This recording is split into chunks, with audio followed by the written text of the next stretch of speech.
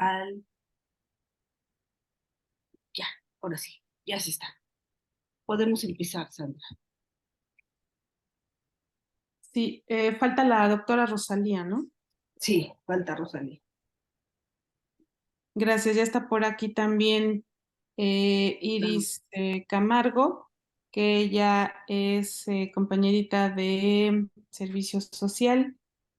Gracias. Iris estará también por aquí si hace falta algún asunto. Estará también haciendo capturas de pantalla y parte de la relatoría.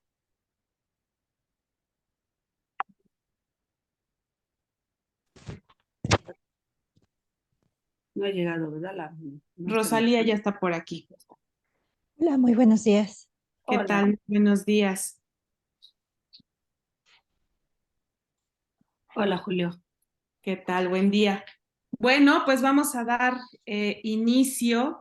Agradezco mucho la oportunidad de poder compartir con todos ustedes para la participación en esta sexta Semana Nacional de las Ciencias Sociales que convoca el Consejo Mexicano de las Ciencias Sociales, el COMEXO, en donde como cuerpo académico, escenarios de la comunicación, estamos haciendo esta organización de coloquio en donde estamos invitando a nuestros compañeros profesores de la licenciatura, tanto para participar como en este caso para hacer la moderación de la mesa de parte de la doctora Laura Jiménez, y en donde, bueno, pues en esta ocasión también hemos invitado al maestro Johnny Lara, quien es estudiante del posgrado del doctorado en ciencias sociales. Esta participación que nosotros estamos realizando en esta Semana Nacional de las Ciencias Sociales es de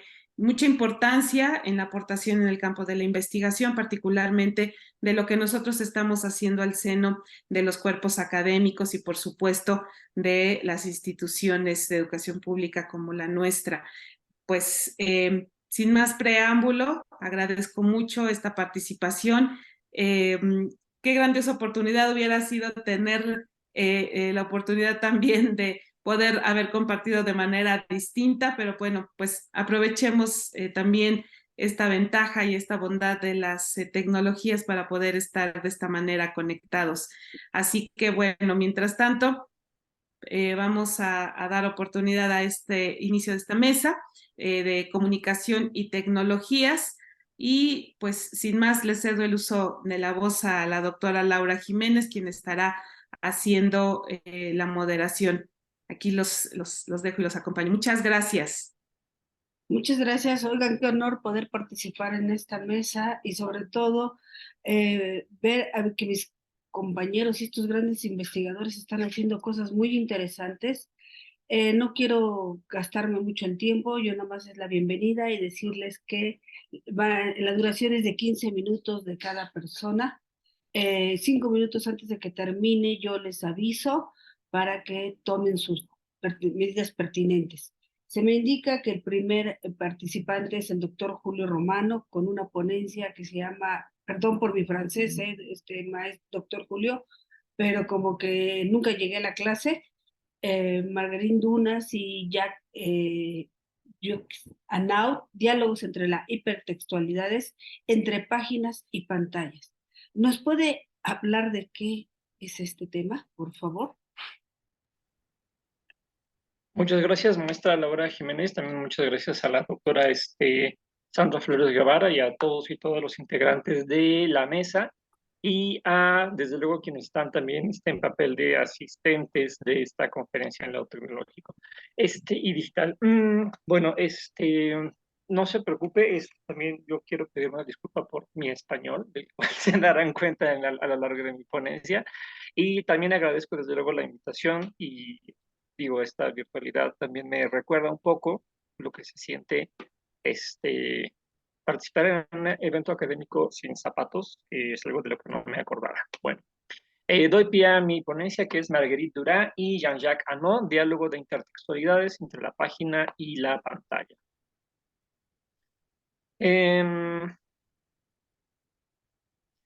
En 1963, Alain Robbe-Grillet publicó por una nueva novela, en principio una aparente autodefensa ante las críticas mayormente negativas que había recibido su obra, pero más ampliamente consta de un alegato a favor de los nuevos caminos que debía seguir y perseguir la novela contemporánea, la de su tiempo. Para el autor de La celosía resultaba claro que la sistemática repetición de las formas del pasado es no solo absurda y vana, sino que puede incluso llegar a ser nociva, cerrándonos los ojos a nuestra situación real en el mundo presente. Nos incapacita, en último término, para construir el mundo y el hombre del mañana. Y enseguida ironiza.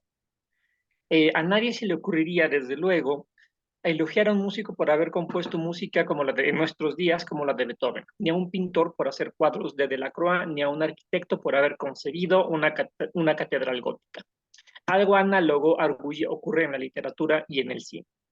Si en la literatura francesa decimonónica arguye Robbe-Grillet la psicología del personaje, ahondar en los abismos de su espíritu dotaba de una profundidad especial a la novela, la literatura moderna, más concentrada en lo descriptivo, en la mirada contemplativa de los elementos que constituyen lo narrado, indica probablemente el difícil camino de un nuevo arte novelesco, probablemente menos arrebatado, más distante, más frío, condición ya anunciada por El extranjero de Albert Camus y La náusea de Jean-Paul Sartre, pero que puede arrastrarse hasta por lo menos el efecto de distanciamiento que propuso Bertolt Brecht y los personajes anónimos de Franz Kafka. Ese es el camino que habría de seguir la nueva novela de Robbe-Grillet. Además del mismo Robbe-Grillet, desde luego, suelen contarse como practicantes de la llamada Nouveau Roman o nueva novela a, entre otros, Michel Botor, Nathalie Sarraute, Claude Simon y Marguerite Duras. De entre ellos, particularmente, Robbe-Grillet y Duras guardaron una cercana relación con el cine. Alain Robbe-Grillet es autor del guión de El año pasado en Marienbad, de 1961, y Marguerite Duras es guionista de Hiroshima, mi amor, 1959, ambas películas dirigidas por Alain Resnais. Y además, ambos escritores incursionaron también en la dirección cinematográfica. Duras trabajó en más de una ocasión incluso en este campo a partir de la adaptación de sus propias novelas y obras de teatro. Alain Resnais, como otros directores de cine de su generación, entre los cuales se encuentran Agnes Varda, François Truffaut, Louis Malle y Jean-Luc Godard, pertenecieron a un grupo de cineastas que compartían inquietudes estéticas similares y que dieron pie al desarrollo de lo que se conocería como la Nouvelle Vague o nueva ola del cine francés. La afinidad estética entre los escritores del Nouveau Roman y de los cineastas de la Nouvelle Vague ha sido explorada, por ejemplo, por Yannick Desplat, quien observa a ambas tendencias como sendos intentos por renovar cada uno su disciplina, la novela y el cine. Perdón. Según Desplat, la cámara se convierte en pluma y la pluma en cámara. Han aparecido así la Nouvelle Vague y la Nouveau Roman, estallidos creativos que dejaron huella en el espíritu de sus creadores y audiencias y concedieron a la cultura francesa un legado que pervive aún en nuestros días.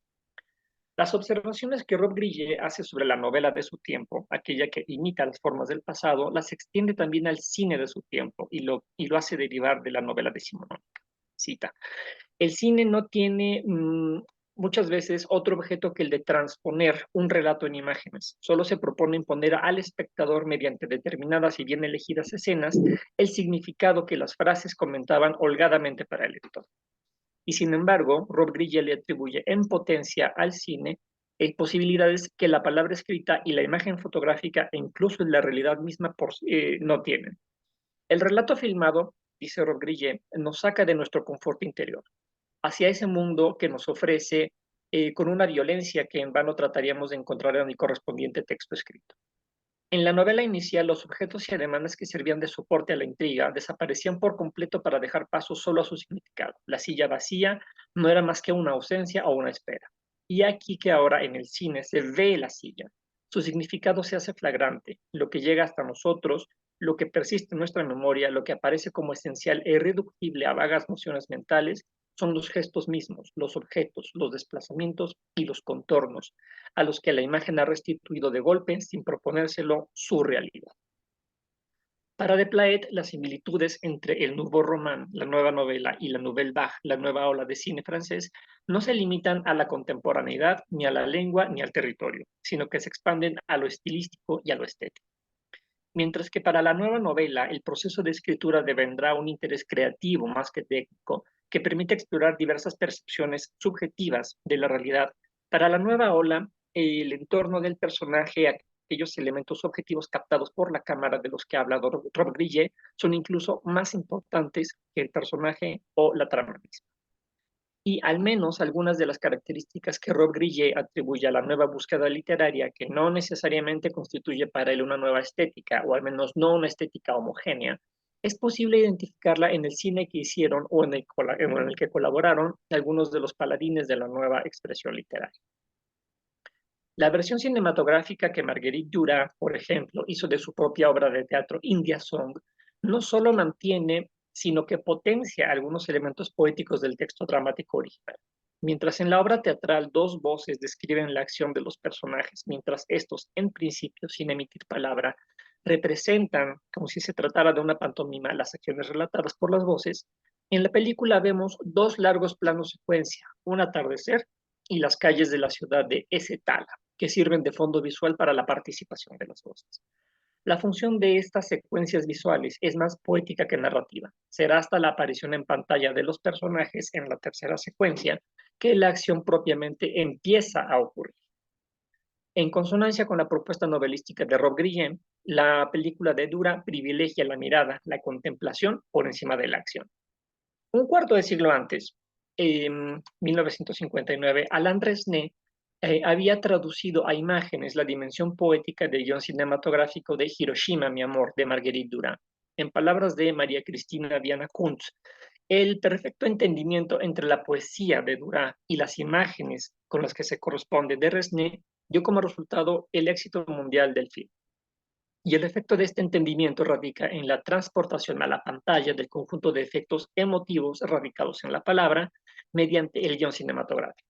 Sin embargo, el intento 2 décadas posterior de Jean-Jacques Annaud de adaptar a la gran pantalla la obra más conocida de Marguerite Duras, El amante, entonces en auge editorial, produjo resultados muy distintos.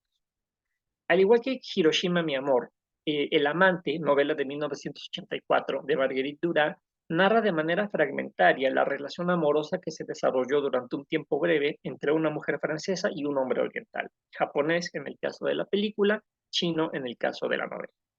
En El amante, la protagonista rememora muchos años después los encuentros que tuvo con su amante chino cuando ella era adolescente y vivía con su familia, madre y 2 hermanos, en Saigón, Indochina francesa, actualmente Vietnam. Y el rechazo que la familia de la joven mostraba hacia el amante, así como la familia de este hacia la posible unión del joven chino con una joven de origen francés. Si bien en términos generales la trama de los amantes se desarrolla de manera lineal en la novela, hay numerosos episodios en ella que no se corresponden a un tiempo concreto de la historia, sino que habiendo ocurrido en un momento no especificado de la secuencia de acontecimientos, sirven para ilustrar un comportamiento, una actitud o el carácter de los personajes. Otros episodios se insertan a lo largo de la narración, aun cuando ocurrieron antes o después de los acontecimientos que constituyen la historia principal. En 1992, el cineasta francés Jean-Jacques Annaud realizó la adaptación cinematográfica del amante, al tiempo que, extrañamente, Marguerite Duras publicaba una segunda versión de la historia bajo el título El amante de la China del Norte, que se editó en 1991, un año antes de que se estrenara la película. De este modo nos encontramos no ante un díptico convencional de adaptación novela-película, literatura-cine, sino en un triángulo integrado por la novela original, El amante, de 1984, la película El amante, The Lover, de 1992, que es la adaptación de Jean-Jacques Annaud, y El amante de la China del Norte, de 1991, una especie de reescritura de la novela original y a su vez sugerencia de una perspectiva cinematográfica de esa novela original. Es decir, es como si Marguerite Duras indicara cómo quería ella que se hiciera una película. Esta segunda novela, que relata la misma historia del amante, es, según Adriana Rosas Consuegra, resultado de la inconformidad que mostró Marguerite Duras con la adaptación que estaba haciendo Jean-Jacques Annaud, y constituye una especie de respuesta sobre cómo, según ella, debería ser esa versión fílmica. En el breve prólogo del libro, la propia autora da una explicación distinta. Dice Marguerite Duras: supe que él, el amante, había muerto hacía años. Abandoné el trabajo que estaba haciendo y escribí la historia del amante de la China del Norte y de la niña. Sin embargo, a lo largo de la novela pueden observarse algunos indicios de que hay también una perspectiva cinematográfica. En la segunda secuencia, la novela no está dividida por capítulos, puede leerse. Es un libro, es una película, es de noche. La voz que habla aquí es escrita, la del libro. Voz ciega, sin rostro, muy joven, silenciosa. Esto, desde luego, nos remite al mismo recurso de apertura narrativa de India Song, tanto la obra de teatro como la película de 1975.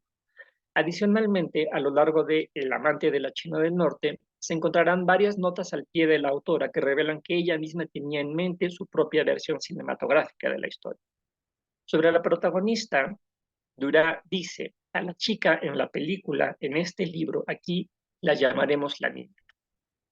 En una de las escenas de la novela, por ejemplo, que transcurre en un club nocturno, la madre de la protagonista y su hermano mayor ven absortos bailar al hermano menor, y esto se corresponde con eh, una nota al pie que está en la misma escena. En caso de una película, todo ocurriría así mediante la mirada. El encadenamiento sería la mirada. Los que miran son mirados a su vez por otros. La cámara anula la reciprocidad. No filma sino la gente, es decir, la soledad de cada uno. Los planos de conjunto aquí no valen la pena porque el conjunto aquí no existe. Se trata de gente sola, de soledades al azar. Nota al pie de Marguerite Duras. Estas notas y observaciones y el hecho de que la novela se publicara cuando la película de Anó aún no se estrenaba, pueden interpretarse, dice Rosas Consuegra, como una crítica a ese proyecto en el que Duras en principio se vio involucrada, pero del cual se desentendió. Es más que evidente que una adaptación cinematográfica nunca será completamente fiel a la novela o al cómic original, por tratarse en primera instancia de lenguajes o formas expresivas distintas, que se apoyan en recursos no siempre compatibles, según ha observado Roman Gubern. Una segunda dificultad radica en las ideas que cada creador, escritor o cineasta tenga en torno a la idealidad de la disciplina en la que se adscribe, y no siempre ocurre, como sí sucede en el caso del Nouveau Roman y la Nouvelle Vague, que haya afinidad entre estas visiones. La diferencia entre El amante de Duras y la versión de Anó responde a funciones distintas. La novela de Duras, por ejemplo, como se ha dicho, refiere en principio de manera lineal a la trama de los amantes.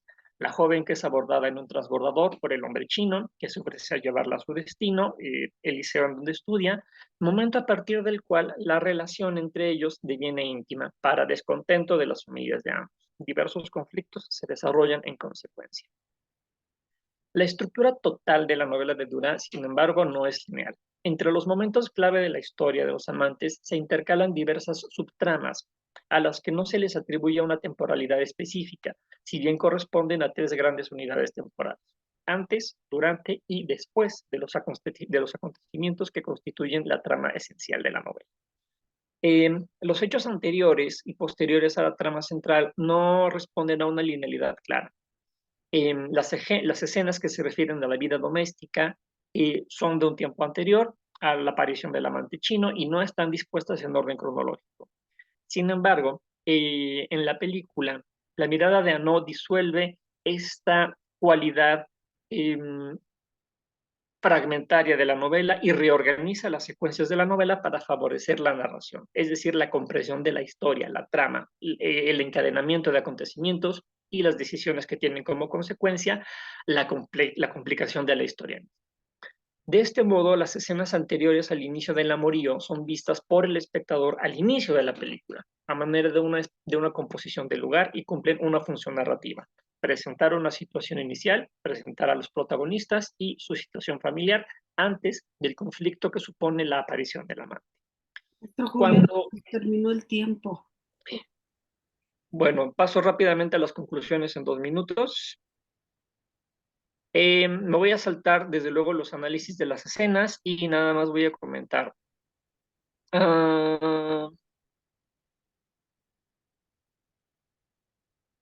Ok. En El amante de la China del Norte hay varias indicaciones, siendo un texto narrativo, que señalan o que nos hacen ver que hay una intención cinematográfica. Hay descripción de lugares, la narración está en presente Y finalmente hay esa narración en presente, pues, nos hace seguir las acciones de la novela del mismo modo en que cuando estamos ante la pantalla, seguimos el desarrollo de las actuaciones o de los acontecimientos como si estuviéramos atestiguándolos conforme ocurren, mientras que la literatura normalmente la encontramos en pasado. Una adaptación, pues, de un medio expresivo a otro nunca será exacta y llevará sobre todo el sello y la visión del adaptador, que es también desde luego un creador. El amante de Marguerite Duras y el amante de Jean-Jacques Annaud, aunque cuentan la misma historia, lo hacen de modo distinto y cada versión privilegia aspectos distintos de una misma historia. Lo lírico y lo emotivo, la primera, la novela; lo narrativo y lo dramático, en el sentido escénico, la segunda. Este interés también puede percibirse en otras películas de Jean-Jacques Annaud, mayormente El nombre de la rosa, quizá la más conocida. El amante de la China del Norte, de Marguerite Duras, parece ser, además de una versión ampliada de los hechos de la primera novela, el intento de Duras por demostrar que la predilección de unas dimensiones no necesariamente implican la omisión de las otras. Y esa omisión del sentido lírico es lo que caracteriza a la película de Arnaud, mucho más narrativa, mucho menos poética y mucho menos introspectiva que las novelas de Marguerite Duras. Muchas gracias. Muchas gracias, qué interesante tema, doctor Julio. Nos ha llevado a conocer el cine de una manera diferente. A continuación, escucharemos la voz del maestro Alfonso Valencia con un tema muy interesante que nos presenta, que es el mimesis digital y la crisis del pacto de la observación, problemas de comunicación visual en la era de la inteligencia artificial. Escuchamos la voz del doctor Alfonso. Hola, buenas tardes. Bueno, buenos días, perdón. Buenos días, voy a compartir la pantalla para presentarles este asunto. Por favor, díganme si la ven correctamente. ¿Sí lo pueden ver?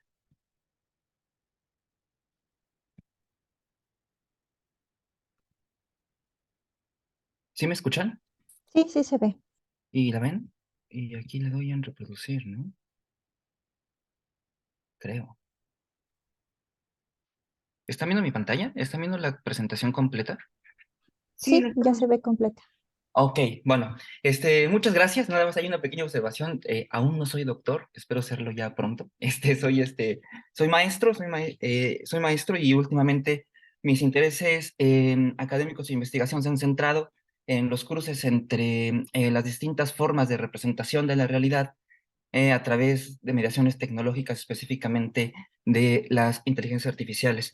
Para iniciar, me gustaría primero presentarles algunas imágenes que espero nos resulten familiares. Son imágenes de Pachuca y de sus alrededores, y enseguida les voy a enseñar una serie de retratos, ¿ok? Entonces, estas son las imágenes de Pachuca y sus alrededores, y esta es una serie de retratos. Ahora me gustaría decirles que tanto en la serie de estas fotografías de Pachuca, como en la serie de los retratos que vieron y que voy a estar pasando ahorita mientras hablo, solo dos de las imágenes de Pachuca son reales y en la serie de retratos ninguna lo es. Son imágenes creadas con inteligencias artificiales. En el caso de los retratos, que son estos, son rostros de personas que no existen y una es una pintura, esta es una pintura del artista norteamericano Mike Dargas. Lo que espero que hayan experimentado ante las imágenes creadas o modificadas, es la incertidumbre ante las imágenes creadas o modificadas artificialmente mediante tecnologías digitales.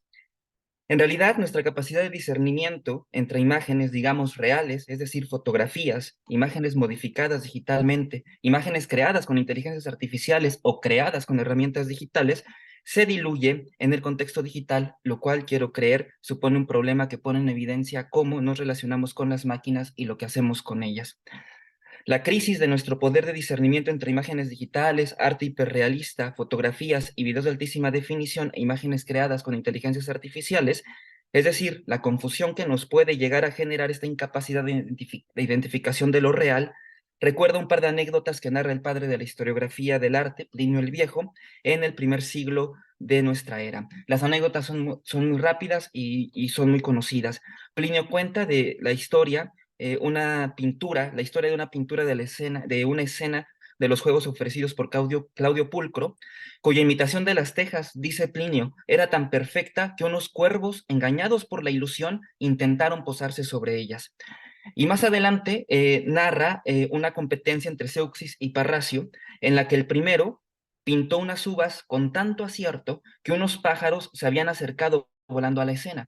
Y entonces, lleno de orgullo por el juicio de los pájaros, se apresuró a quitar la tela que cubría la pintura de su contrincante, cayendo en el engaño de que la tela era en realidad la pintura. Luego de conocer las historias e imaginar las obras, resulta interesante preguntarnos, ¿se trata de un problema de observación o un problema de representación? En realidad, los pájaros se acercaron a las uvas pintadas en una tabla de madera, es decir, esa capacidad que podemos suponer hipermimética de la técnica de estas obras antiguas, que provoca la confusión no solo del ojo instintivo de un ave, y que no se conserva en estas obras, evidentemente, sino del ojo entrenado de un pintor, ¿es una propiedad de la obra o es un atributo de quien la observa? La cuestión es válida porque se trata tal vez de la primera ruptura registrada del pacto de observación de lo representado, este es el concepto que intento construir, fuera del ámbito mitológico, y parece evidente que no es un problema fisiológico de quien está observando, ¿no? Hay algo que genera la confusión de la luz representada con la luz natural. Hay algo en el relato de Plinio que pone en tensión la técnica mimética de una obra con el pacto de observación establecido con quien la contempla. Pacto que supone, evidentemente, la división del mundo representado del mundo real.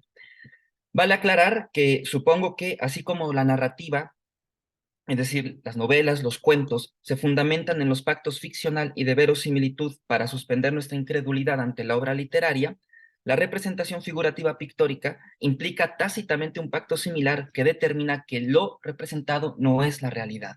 A eso me refiero con pacto de observación.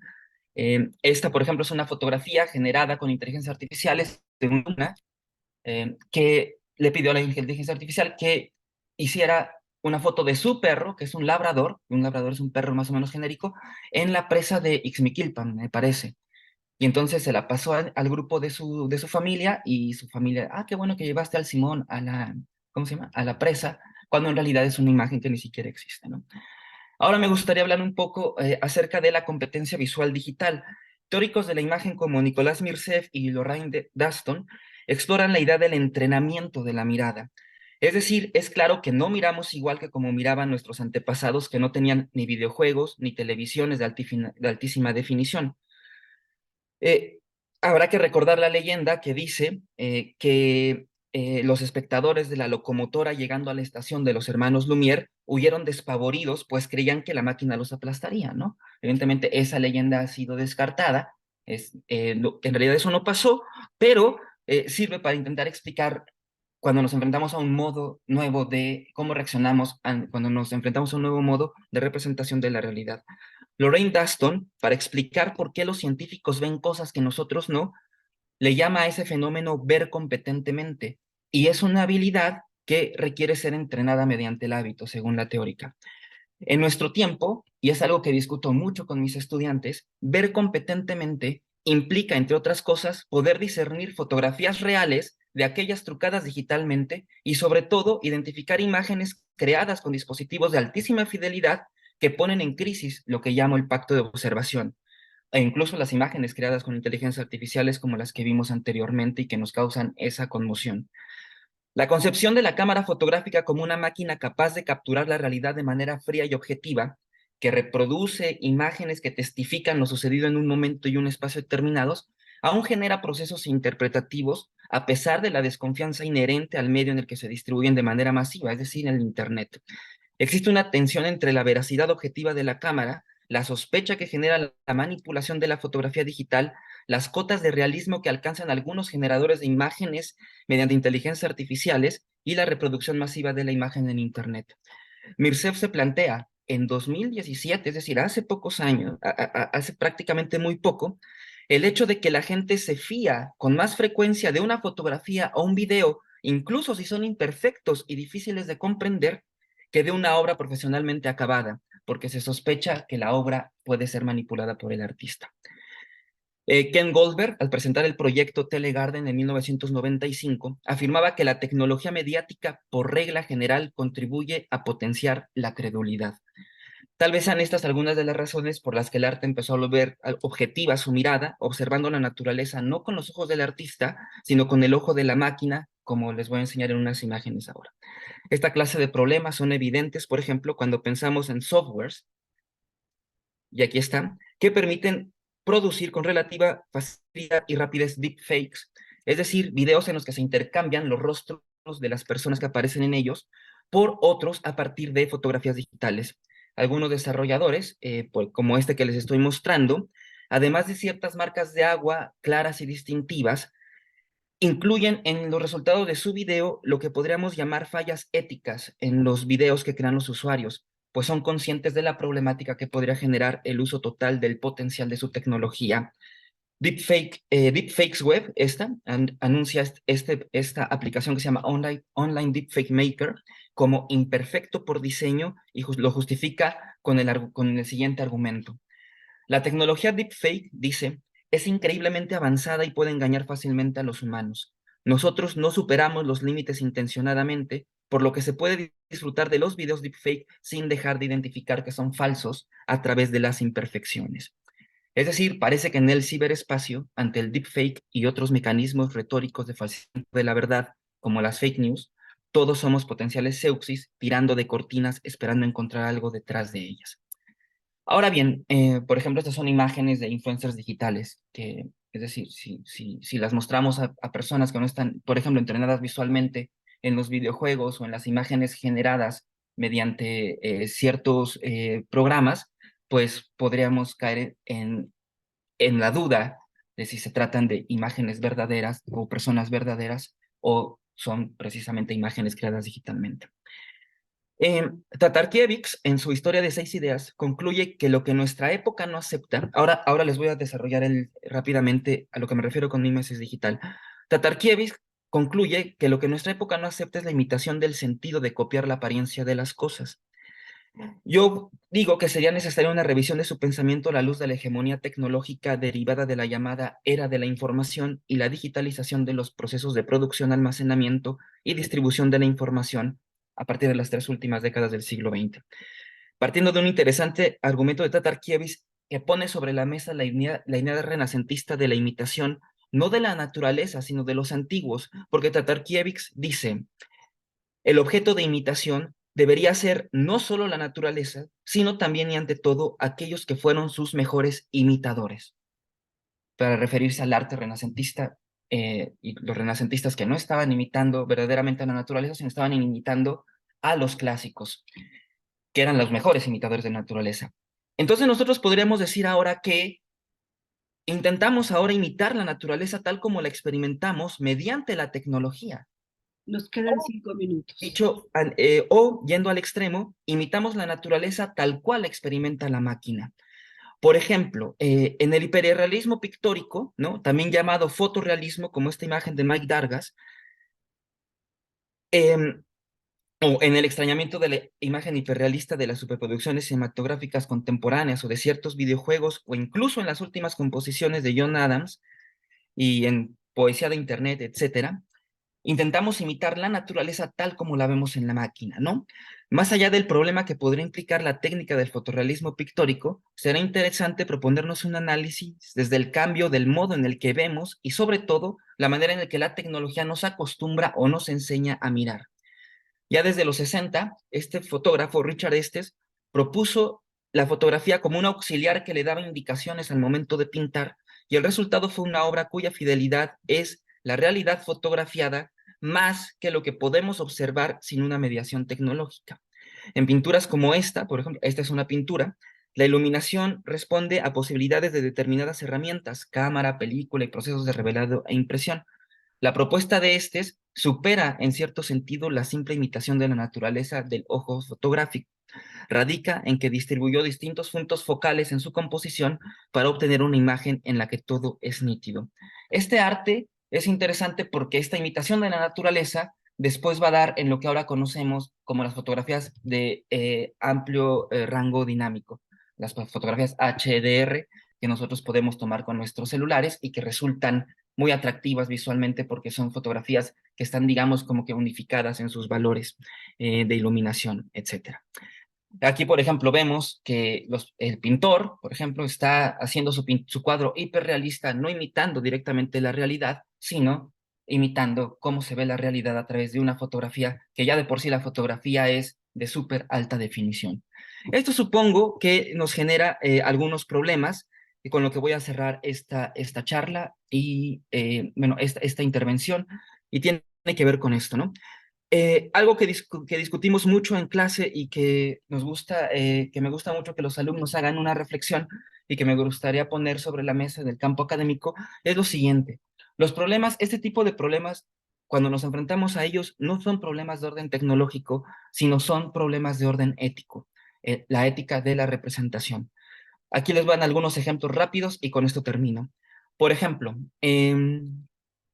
Nudify permite generar desnudos a partir de prácticamente cualquier fotografía de cuerpo entero. Y eso solamente trabaja en imágenes de hombres, ¿no? Y aquí viene la justificación. Aparentemente su plataforma está especialmente entrenada para trabajar solamente con cuerpos femeninos, por ejemplo. Y aquí dice, ¿cuál es el propósito de este sitio web? Y va a decir, usar nuestra tecnología avanzada tiene utilidades para el arte y debe utilizarse, como dice por ahí, de manera ética. Pero podemos ver que los problemas a los que nos enfrentamos con estas representaciones hiperrealistas pueden ser bastante problemáticas en muchos sentidos. La otra es la posibilidad ya explorada desde distintos frentes teóricos y críticos de crear pornografía sin víctimas mediante la inteligencia artificial, como en esta otra aplicación que se llama Nudify.art, en donde se pueden generar prácticamente cualquier tipo de imagen sin los filtros que habitualmente las tecnologías de inteligencia artificial que se pusieron populares desde el año pasado tienen esas limitaciones, ¿no? No generan desnudos, no generan ciertas imágenes, y bueno, evidentemente hay la tecnología para hacerlo. Y la otra es muy interesante, es la posibilidad de alterar nuestra memoria mediante la modificación a modo de las imágenes del pasado, específicamente de las que nos resultan problemáticas como eventos violentos y crímenes de Estado. Pienso en la interpretación aséptica de la tragedia y la barbarie, el control de la inteligencia artificial de la sangre y el confrontamiento, la metaforización de las atrocidades del pasado.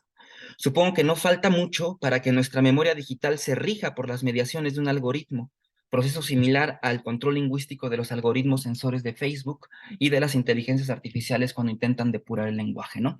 Esta es la instrucción, las imágenes que arroja la inteligencia artificial cuando le ponemos la plaza de Tlatelolco llena de soldados atacando estudiantes el 2 de octubre de 1968.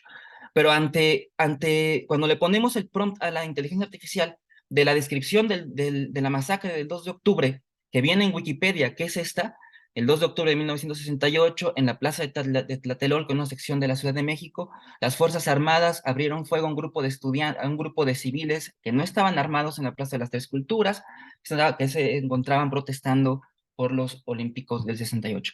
Si se dan cuenta, en las imágenes no aparece nada de esa confrontación. Ese es un problema al que también nos estamos o que nos podemos enfrentar en el futuro.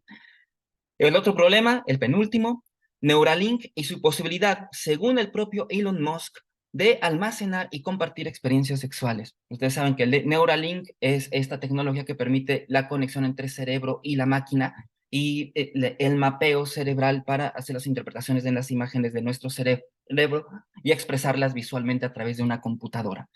El propio Elon Musk en una de sus conferencias de presentación, y esto es algo que rescata Slavoj Zizek en una de sus conferencias, el propio Elon Musk dice que incluso las personas que tengan, lo dice bueno, pues que no tengan como suficiente ética, etcétera, podrían compartir este tipo de experiencias, almacenarlas y compartirlas. Ese es un problema que evidentemente nos vamos a enfrentar en el futuro. Aquí, por ejemplo, hay una nota en donde se pone en evidencia que esta tecnología puede desencadenar, por ejemplo, el placer similar a la heroína directamente en el cerebro, ¿no? O incluso el placer de observar a las personas, ¿no?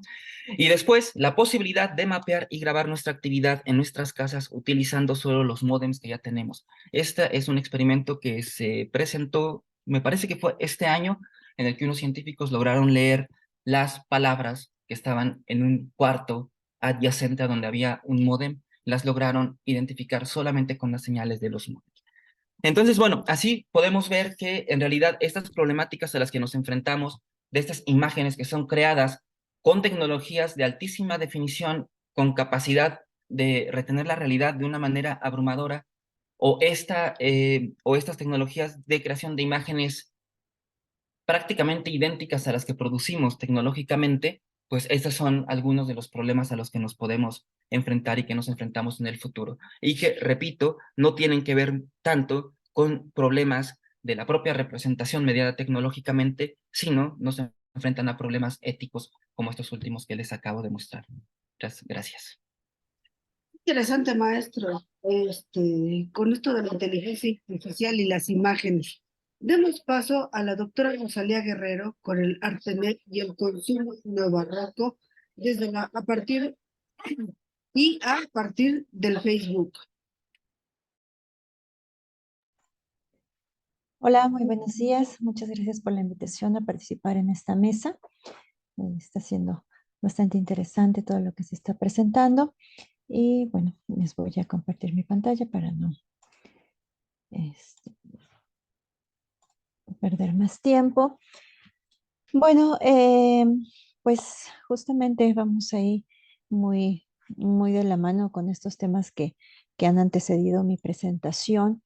Respecto pues a cómo estamos viviendo una época de consumo a través de las pantallas, pues muy diferente, ¿no? No, el consumo de las películas, el consumo de las imágenes y en mi caso pues me estoy centrando en cómo el consumo de las imágenes en redes sociales pues ha también generado y gestionado la producción del arte. Es lo que estoy trabajando a partir de la propuesta de la estética neobarroca de Omar Calabrese sobre su consumo consolatorio y productivo de los que estamos pues implicados en, en estas relaciones, en estos espacios virtuales.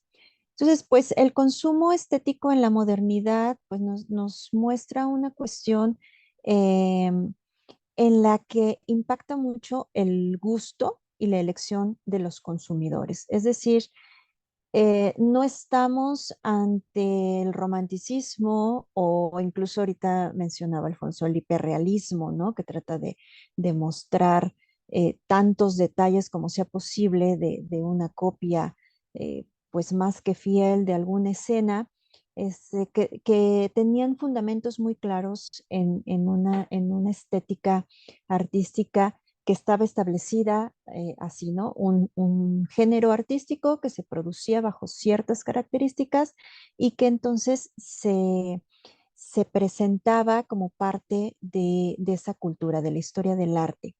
Pero ahora nos estamos encontrando con cuestiones dentro de las redes sociales que rompen con esa estética, que rompen con esa lectura del arte y que, bueno, pues comienza a hacerse presente y mucho más fuerte también la cultura popular, ¿no? Ya Bourdieu en su momento, en la distinción, pues nos marcaba la alta cultura y la baja cultura, las diferencias, las necesidades de ciertos campos para poder apreciar el arte, ¿no? Estar preparados para poder apreciar ese arte.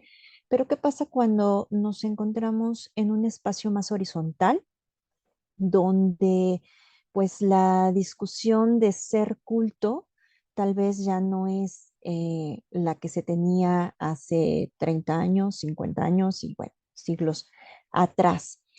Omar Calabrese, por su lado, pues es una propuesta en torno a la estética neobarroca, donde él propone que, bueno, ya, digamos, todo se ha visto, todo se ha escrito, todo se ha presentado. Lo que importa entonces es cómo se manifiesta. Y pues él considera que estamos nosotros consumiendo las imágenes, consumiendo las producciones de la industria cultural a través de su relación entre entre la producción, la imagen y el consumo. Las imágenes compartidas en Facebook, entonces las podemos ubicar dentro de lo que él propone como el consumo consolatorio y el consumo productivo, que es lo que vamos a tratar y voy a tratar de explicar y de presentar en esta investigación. El arte, entonces, para Omar Calabrese, El arte, cuando él está analizando, pero que pues se traspola muy bien a lo que pasa en las redes sociales, dice, toma fragmentos de obras del pasado para configurar ese nuevo arte que presenta hoy.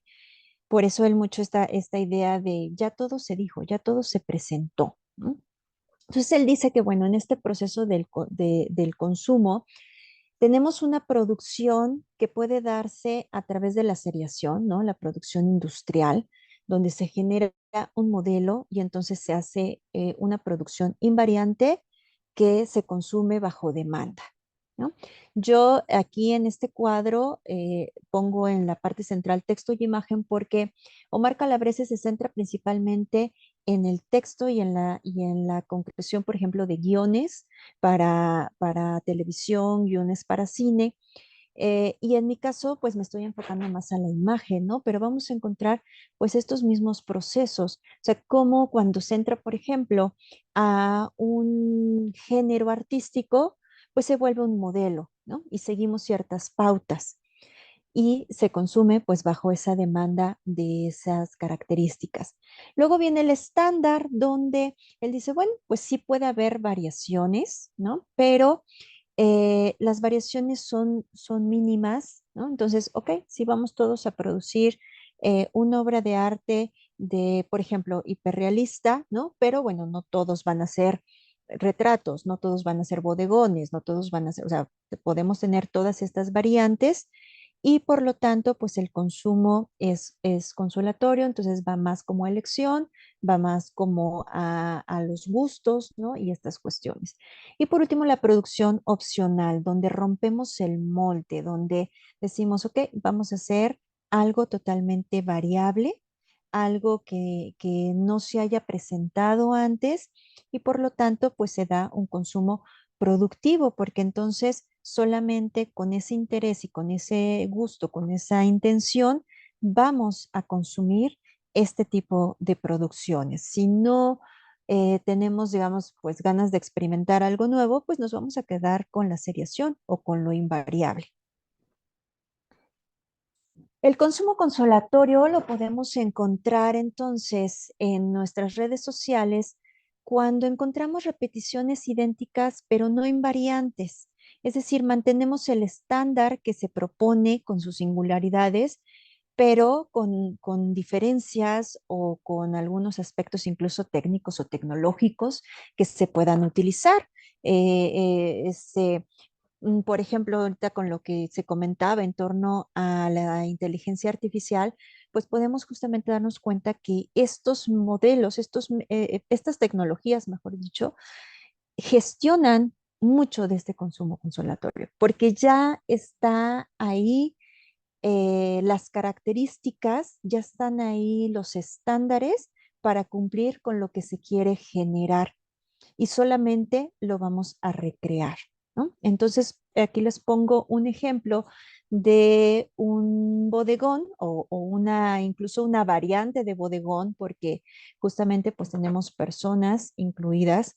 Entonces, no es el bodegón tradicional que solamente nos presenta la naturaleza muerta, sino que hay incluso personas incluidas. Pero además, esta obra que es Cristo en casa de Marta y María, pues no solamente es la pintura que muestra una escena cotidiana, sino que además hay una obra de arte dentro de ella misma, ¿no?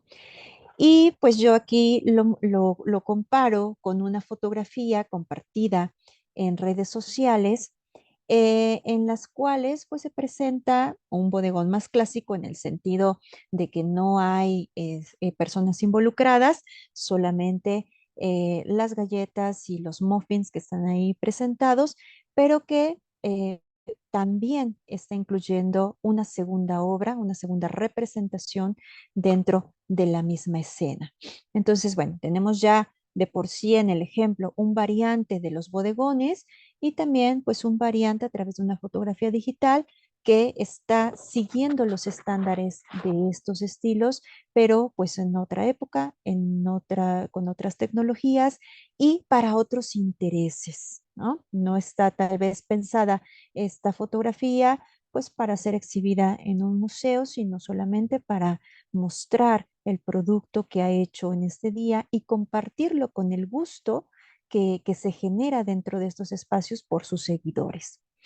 El consumo productivo ya está pues rompiendo, ¿no? Esa normalidad, esa estabilidad, está tratando de gestionar imágenes pues más variables.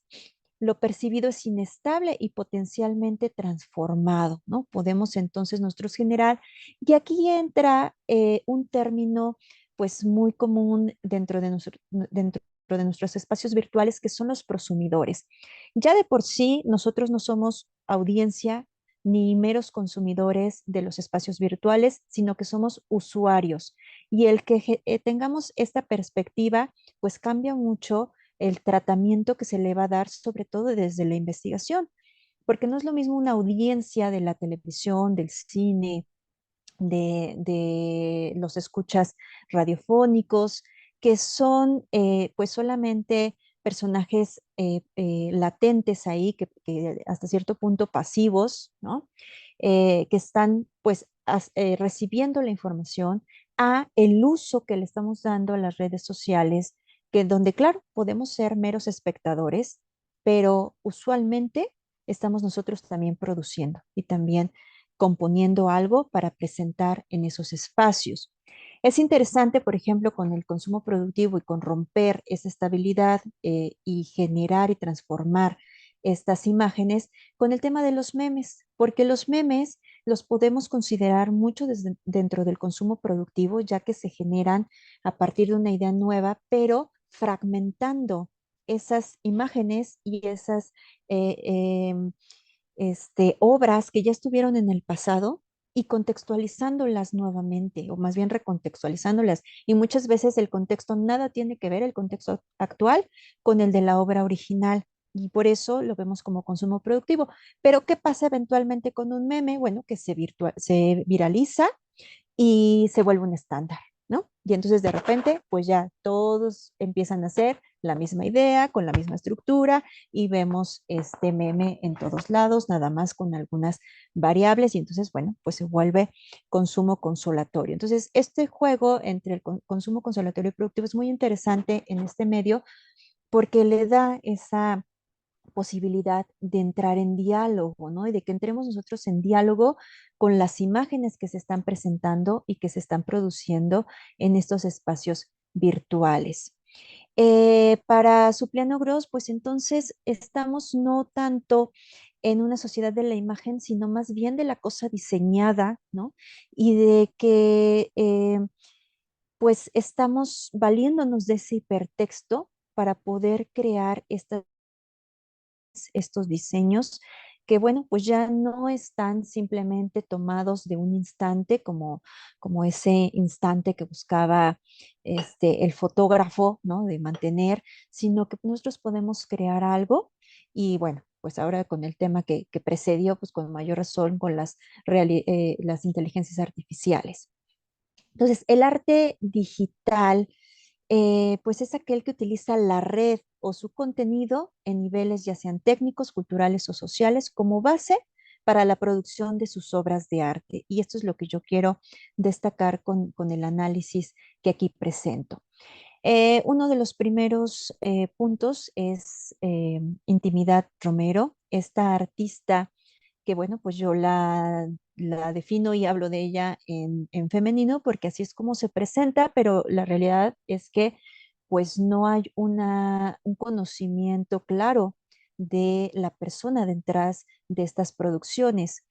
Ella lo que hace es crear un perfil dentro de Facebook y comenzar a gestionar las imágenes a través del anonimato, ¿no? Esto es muy interesante porque pues uno de los puntos que se investiga constantemente en las redes sociales pues tiene que ver con nuestra identidad y tiene que ver con nuestra posibilidad de creación de esa imagen y de esa presencia, de esa autorrepresentación en estos medios.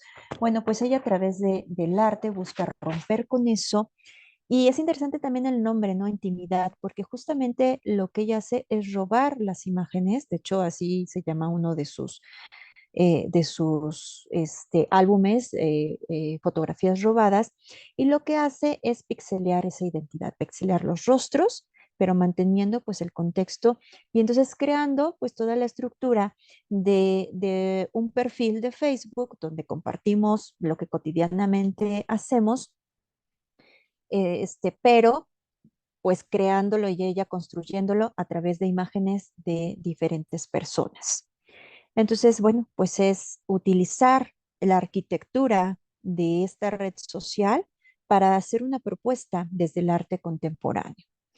Agente doble, en este caso, sobre Se todo nos lo acabó el presento tiempo. porque la situación con agente doble se dio en que por hacer este tipo de construcciones y no mantener una identidad real dentro de Facebook, pues desapareció su plataforma, ¿no? Y perdió, pues digamos, toda la producción que había hecho, ¿no? Facebook no le respetó su perfil, lo eliminó, pero bueno, pues todavía podemos rescatar algunas cuestiones que él produjo y aquí podemos encontrar pues el rescate o la fragmentación, la cita de una pintura como es La Última Cena, que pues la interviene con un cuadro de diálogo para un chat que ni siquiera tiene algún texto.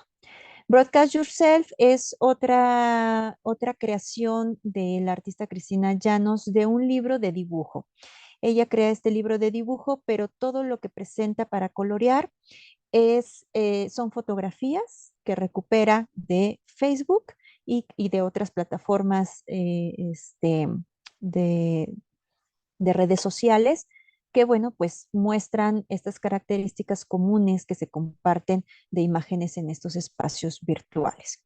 Y el último caso, que es el que me parece pues mucho más interactivo, es la obra de Jordan Stoff con The Last Supper, donde pues de entrada pues él hace una cita, ¿no? Fragmenta un momento de la obra de la Última Cena, crea una cita a través de una fotografía donde se ve, todos podríamos entender si conocemos La Última Cena, que es lo más probable, podemos ver esa fotografía y hacer esa relación, esa conexión con la pintura, pero pues está recomponiéndola y luego algo que se ha vuelto común, ¿no? La fotografía de comida, las foodies, que está tomando la comida.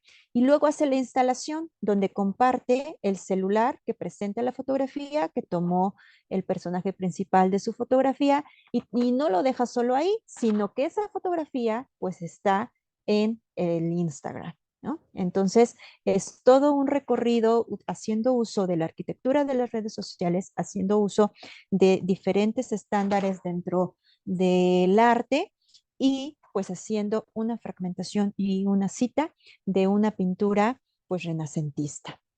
Entonces, bueno, pues aquí estamos viendo esa interactividad del arte en red, donde pues se está transcodificando estas imágenes digitales y se está pues haciendo una también horizontalización de lo que es arte y lo que no es arte y pues se rompen esas barreras, se rompe esta diferencia de la cultura alta y la cultura baja y nos permite hacer estas fragmentaciones y estas creaciones digitales pues con códigos dentro de las arquitecturas de las redes sociales. Entonces, Internet se convirtió para los artistas en un campo ideal para el desarrollo de una práctica artística radical, inmaterial. O sea, no solamente ellos ya tienen el material que pueden traer de las artes del pasado, sino que también pueden fragmentar lo que sucede en estos espacios virtuales. Entonces, bueno, pues a modo de conclusión, dice Intimidad Romero, si he de convertirme en una mercancía y esa es la lógica que impone Facebook, prefiero que sea como obra de arte, ¿no? Entonces, ¿cómo estamos consumiendo las imágenes dentro de estos espacios virtuales? Claro, muchas imágenes pues serán estéticamente tal vez no agradables, pero el gusto de las personas o los intereses o el diálogo que se genere con ellas es lo que va a hacer que se vuelva atractivo. ¿Por qué pedirle, nuevamente retomando la presentación anterior, por qué pedirle a una inteligencia artificial que te haga una imagen de tu mascota en un lugar en particular?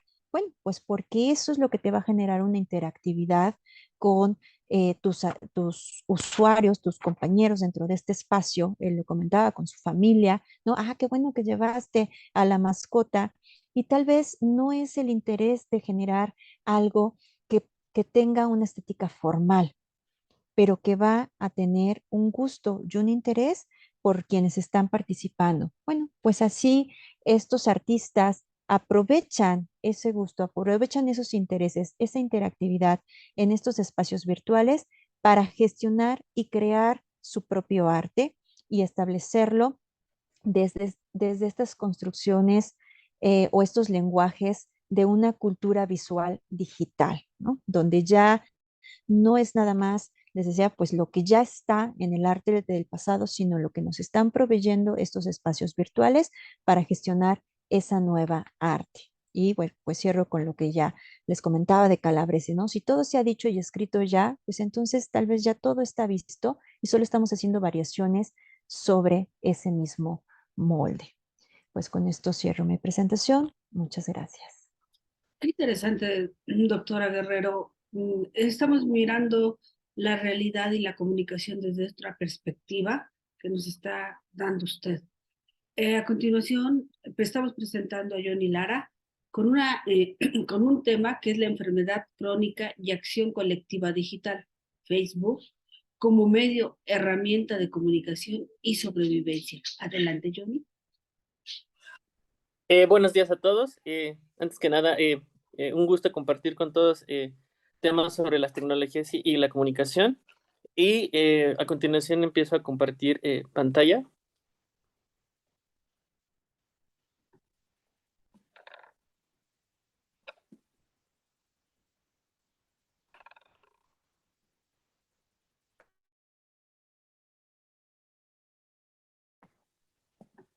Y ¿sí se ve la pantalla? Perfecto. Bueno, antes que nada, esto es una investigación que se ha empezado al curso de este año, como tal en el trabajo de campo. Y aquí tratamos de analizar Facebook sí como una herramienta de comunicación, pero sí también una herramienta de sobrevivencia específicamente en una enfermedad crónica. Así, entonces, nosotros entendemos las redes sociales digitales y en específico donde estamos entrando, que es Facebook, a partir de la frase de Remedios Zafra, en donde menciona que de todos los cuartos de mi vida, esos son los cuartos conectados, donde lo privado se funde literalmente con lo público y entonces lo político se incrementa. Más adelante vamos a andar en la idea que ella tiene sobre las redes sociales y la tecnología como tal, ¿no? Precisiones para iniciar. Nosotros preguntamos de inicio en este punto si se puede analizar Facebook como un medio de comunicación y de sobrevivencia. Como ya se ha antecedido en estas presentaciones, Facebook como este medio para analizar el arte, la tecnología y la inteligencia artificial, pero nosotros lo analizamos como una tercera vertiente, que entender la tecnología como un medio de acompañamiento para una enfermedad crónica. La enfermedad crónica está estrechamente relacionada sí con el cuerpo, sí con lo emocional y también con lo tecnológico y con las redes sociales en este punto de la web 2.0. Igor Sadava, un teórico de las redes sociales y de Internet, menciona que Internet es la nueva esencia de los movimientos políticos. Es la nueva esencia de un acto político como tal y de un acto político que se puede fundir entre un espacio privado, que es el celular o el iPad o el dispositivo en donde te estés conectando, y la esfera pública. En este punto también, Yomar Rovira menciona que el Internet no es la plataforma que permite al movimiento social, al movimiento colectivo, al movimiento político, salir del gueto, salir del barrio y expandirse de manera colectiva en mayor medida. Para empezar y hacer una precisión sobre qué es una enfermedad y qué es una enfermedad crónica, ¿no? La enfermedad crónica significa una afección de larga duración que puede empeorar con el tiempo y que evidentemente no tiene cura. Una enfermedad crónica pasa por un sinfín de etapas para que llegues a un punto de no retorno. En esta investigación estamos entrando en una insuficiencia renal crónica o también conocida como una enfermedad renal crónica, que específicamente se define como un daño renal con una duración igual o mayor a 3 meses, con descenso gradual en la función de ambos riñones. ¿Qué quiere decir esto? Que la insuficiencia renal crónica pasa por 5 etapas en donde llegas al punto en donde existe una falla renal, existe un punto en donde necesitas un sinfín de terapias para llegar a tener o ser lo más cercano a tener salud, ¿no? En esta relación de padecimiento-salud, o ser sano, ser enfermo. En ese sentido, entendemos la vulnerabilidad desde la visión de Judith Butler, en donde la vulnerabilidad de los sujetos vulnerables, ella lo menciona desde los sujetos vulnerables de las acciones colectivas, los que están en las calles, los que sufren vulnerabilidad, como sujetos desechables o sujetos insignificantes para la sociedad en sí, ¿no? Y para el Estado también. Y desde ahí entendemos la vulnerabilidad, en este caso corporal como tal. Dentro de este espectro político, la vulnerabilidad que nosotros definimos aquí no solamente es corporal, sino la vulnerabilidad colectiva, porque dentro de esta acción colectiva que estamos analizando, no implica salir a las calles, porque existe un impedimento del cuerpo para que se salga, sino existe una vulnerabilidad y una acción colectiva que se enfoca específicamente en las redes sociales. A partir de esto, esta vulnerabilidad define sus identidades, ¿no? Define la identidad desde una enfermedad, desde Stuart Hall, en donde menciona que las identidades son puntos que no se acaban, que son identidades cíclicas, es decir, que se van definiendo y van definiéndose en cualquier punto y que no tienen fin. También Stuart Hall los menciona como un punto de sutura y nosotros lo analizamos como un punto de sutura entre el discurso, la práctica que se intenta hablar y que pone a los sujetos enfermos, en este caso, como sujetos particulares o específicos, y entre los procesos que producen subjetividades que los constituyen como sujetos susceptibles, en este caso en declive. Así, desde este punto, las identidades las analizamos y especificamos como lo que menciona Joanna Hedba en su teoría de la mujer enferma, en que no hay una protesta colectiva, no hay una protesta más anticapitalista que cuidar de otra persona y cuidar de ti mismo. En este espectro de fenómeno nos situamos en una enfermedad crónica. Hacemos una relación entre enfermedad y tecnología como tal, tecnología entendiéndolo como los procesos médicos y tecnológicos que llevan a cabo las personas enfermas, y tecnología en relación a los medios de comunicación que tienen estos pacientes para llegar a conocer la afección que desde la visión del paciente es una afección externa al cuerpo que ellos tienen, ¿no? Desde ese sentido existen un sinfín de concepciones de enfermedad, pero desde la filosofía de la enfermedad se analizan dos relaciones: la relación de paciente-enfermedad y la relación de paciente-médico. En que este sentido, la relación entre paciente-médico se define como algo, algo que el otro tiene y el paciente no. Ya puede ser conocimiento, ya puede tener eh, una serie de reglas o diagnósticos que el paciente tiene que seguir. Es decir, que tiene que seguir un cierto tipo de reglas que se marcan y que son en un encuadre en donde no te puede salir. Desde ese sentido, el paciente es el que trata y el médico es el que trata y el paciente es el que importa en este caso, enfermedad. Nosotros hacemos un punto de quiebre en esta parte de enfermedad y tecnología desde el diagnóstico de la enfermedad. Es decir, tanto la entidad como las acciones que ellos llevan, la acción política, la acción colectiva, y entender Facebook como simplemente un medio de comunicación y pasar a Facebook como un medio de sobrevivencia, se da a partir del diagnóstico de una enfermedad. El diagnóstico de una enfermedad y las emociones que produce ese diagnóstico de la enfermedad. Es decir, se forma una nueva identidad y de ahí surgen unas identidades múltiples del sujeto enfermo, que se construyen lo que no es. Y aquí hablando también, citando mucho a Virginia Woolf en No se llega a ser mujer, aquí existe otra variante de esto en donde el enfermo no llega a ser, el enfermo no nace en este sentido, ni llega a ser, sino solamente si llega a asumir en un proceso bastante largo, ¿no? Aquí entendemos la relación del paciente, en específico de lo crónico, y la transición de entender Facebook no solamente como el medio de comunicación, a través de las citas, a través de este proceso médico que pasa el sujeto enfermo para conocer su enfermedad y adaptarse a ella, en citas, en exámenes clínicos, en síntomas, en medicamentos, en un sinfín de procesos médicos que de inicio el sujeto no conoce y desconoce a la vez. La segunda precisión teórica que nos lleva a esta investigación es entender la acción colectiva.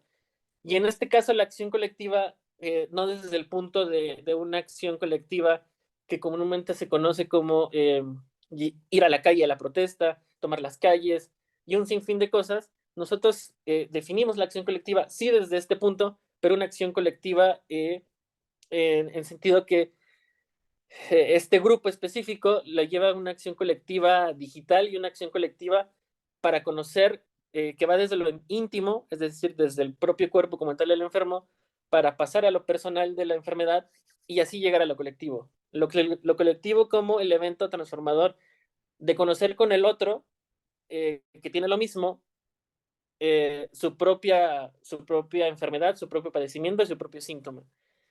Aquí utilizamos a Braidotti, en donde menciona que lo esencialmente nómada transita en la red, en lo digital y en los sujetos y máquinas, que implica pasos situados. Es decir, que las redes sociales digitales y en conexión con la acción colectiva son eventos totalmente nómadas que transitan en la red y que la red en sí es la que define este espacio.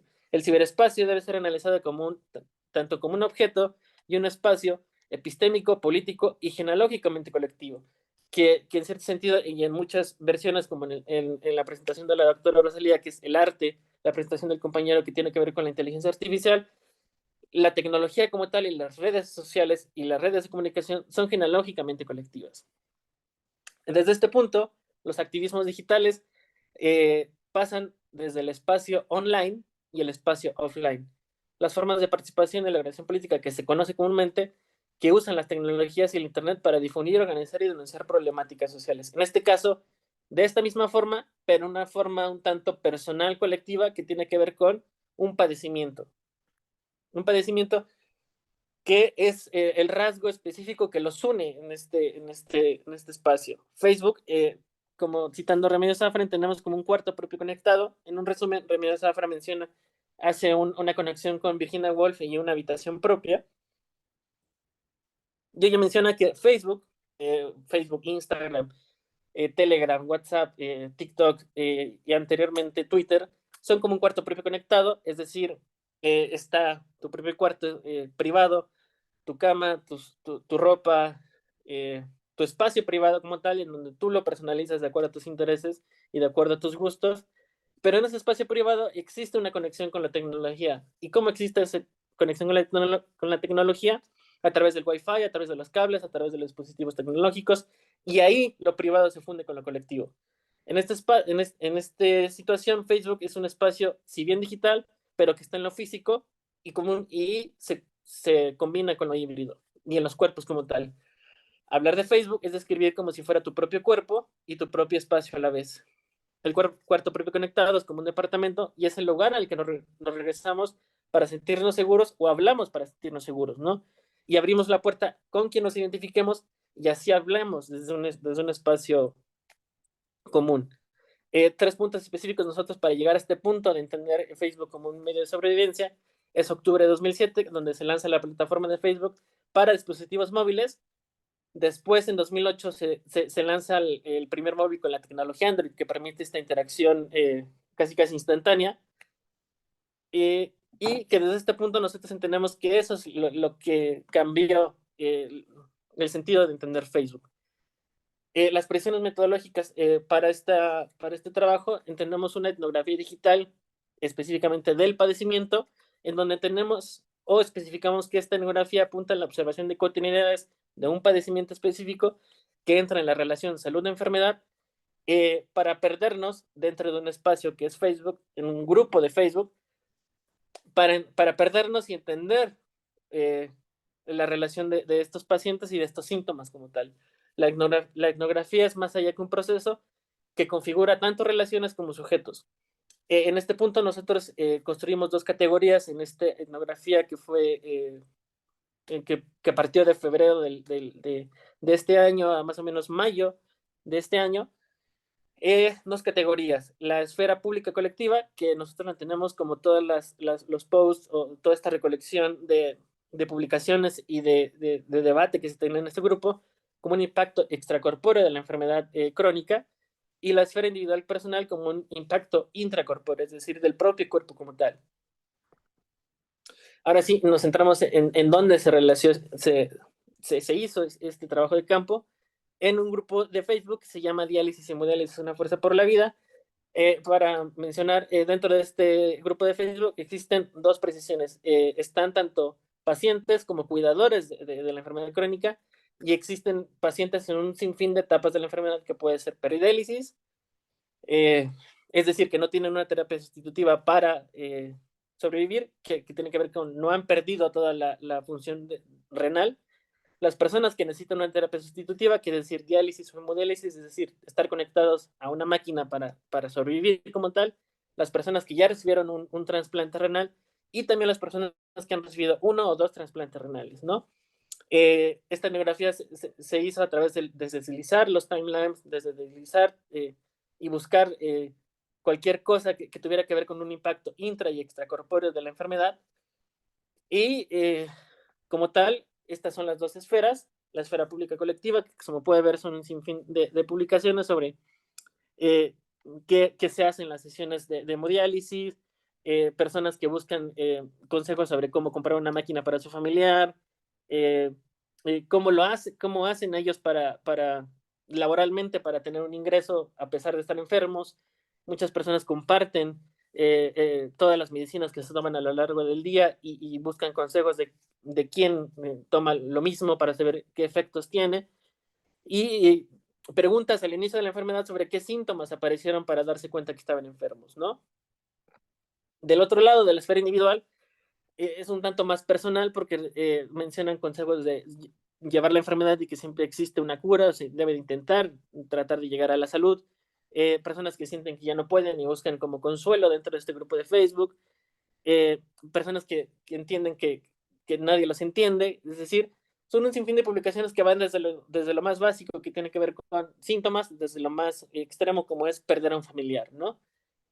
Dentro de estas conclusiones tenemos tres aspectos, que es Facebook como medio de comunicación, y dentro de este medio de comunicación, en toda esta etnografía que encontramos, son un sinfín de puntos que el grupo se maneja dentro de este espectro, que es donación de medicamentos, donación de material para las terapias, dudas sobre los tratamientos que llevan, dudas de qué tratamientos deben de elegir ellos entre la duda y entre el desconocimiento, dudas de síntomas de la enfermedad, dudas de qué se puede comer, qué no se puede comer, eh, sobre la pérdida de algún familiar, consejo ante el miedo que existe cuando les dan el diagnóstico, cómo llevar la enfermedad como tal, qué medicamentos se pueden tomar, cuáles son los inicios de un trasplante renal. Tenemos también Facebook como una comunidad tanto emocional y de sobrevivencia, pues la mayoría de la sociedad trata a los enfermos como insignificantes. Facebook es una herramienta que sirve de acompañamiento, y que de cierta forma para los pacientes eh, tienen más confianza de preguntar dentro de una red social que ir a su médico a preguntar sobre qué tienen, ¿no? Eh, Tienen más confianza en preguntarle a una persona que tiene lo mismo qué llegan a tomarse, cómo llegan a sentirse, qué pueden hacer dentro de la instantaneidad que da esta red social, ¿no? Y finalmente Facebook como una comunidad virtual. Ya para terminar, entendemos que Facebook es habitar Facebook desde la enfermedad, significaría poner todo el cuerpo y toda la emoción como tal, llevando a otro punto Facebook y las redes sociales, y que habitar un lugar físico no es tan diferente como habitar la resistencia de una enfermedad, ¿no? Pues se personaliza de acuerdo a los dolores y las emociones, y Facebook se lleva como a lo micropolítico, que tiene que ver con el cuerpo, con el lenguaje, con las emociones, con los afectos, y que así se entiende Facebook de una nueva, desde otra perspectiva, ¿no? Y básicamente eso sería todo. Qué buena analogía nos acaban de presentar en relación a las redes sociales, una manera distinta de verla. Yo los invito a la sesión de preguntas que se van a hacer sobre los temas que hemos hablado. ¿Quién quiere empezar?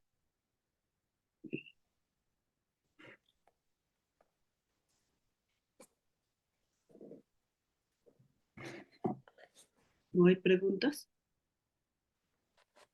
Escuchamos, doctora Rosalía. Perdón, estaba buscando cómo levantar la mano. Este, efectivamente, así, ¿verdad? Bueno, no como tal una pregunta, ¿no? Sino algunos comentarios. A mí me pareció pues muy interesante este tema de la literatura y las pantallas, porque aunque estamos hablando de pantallas diferentes, a final de cuentas, es cómo estamos viendo las diversas realidades y las diversas estructuras. En este caso, pues Julio se centra en el cine, ¿no? Nosotros nos estamos centrando más en estas pantallas virtuales y digitales, pero me pareció muy interesante lo que comentaba de esa lectura de una primera obra, ¿no? Una obra llevada al cine y pues una segunda obra o reedición de la novela, ¿no? Sobre todo porque me hizo pensar en lo que pasa en el teatro y bueno, también en el cine y en la televisión, con el rompimiento de la cuarta pared, ¿no? Como que pensé mucho que lo que estaba haciendo la autora, pues tenía que ver un poco con eso. No sé, ahí Julio podrá hablar un poquito más al respecto. Y en el tema de Alfonso, pues me recordó estos ensayos de John Berger sobre los modos de ver.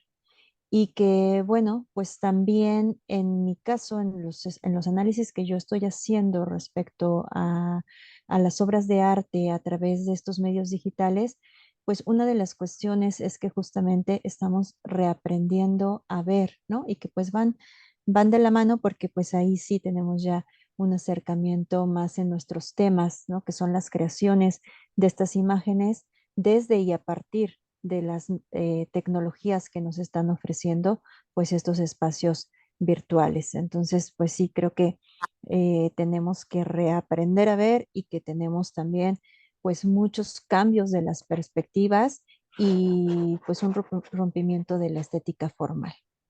Esos son mis comentarios. Gracias. ¿Alguien más?